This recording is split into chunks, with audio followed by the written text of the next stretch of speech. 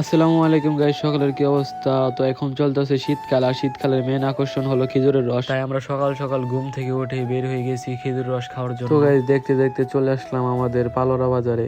আর guys আমরা যেখানে রস খেতে যাবো, তো সেখানে একটু দূরে হওয়ার কারণে তো আমরা একটি গাড়িতে চড়ে বসলাম। তো দেখতে দেখতে চলে আসলাম আমাদের গন্তব্যস্থলে, আর কি যেখানে রস পাওয়া যায়। তো এখানে এসে দেখি আরো দুই একজন মানুষ দাঁড়িয়ে রয়েছে, আর রসালার কোনো খবর নাই। তো গাইস দেখতেছেন মূলত ওই যে বড় বড় চুলা, এগুলোর মধ্যে আর কি খেজুর রসকে জাল দিয়ে গুড়ে পরিণত করা হয়। আর এই শীতে আমি সবচেয়ে বেশি আইবিলি কাকাকে মিস করতেছি। তো সবাই দোয়া করবেন আইবিলি কাকার প্রবাস জীবন যেন সুখের হয়। তো গাইস এর কিছুক্ষণ পরে তারা রস নিয়ে চলে আসলো। গাইস আমরা সব মিলে 4 লিটার রস নিয়েছিলাম, আর প্রতি লিটারের দাম ছিল 150 টাকা। আর আমাদের রস খাওয়ার মেন কারণ হলো এই মামা, আর মামা আসছে ঢাকা থেকে, যার কারণে মামাকে আগে দিলাম। তো তারপরে একে একে আমরা সবাই খেলাম। আর গাইস স্ক্রিনে দেওয়া নাম্বারটিতে আপনারা যোগাযোগ করে রস খেতে পারেন। তো আজকের মতো এই পর্যন্তই, দেখা হচ্ছে নতুন কোনো ভিডিও নিয়ে। সকলে ভালো থাকবেন।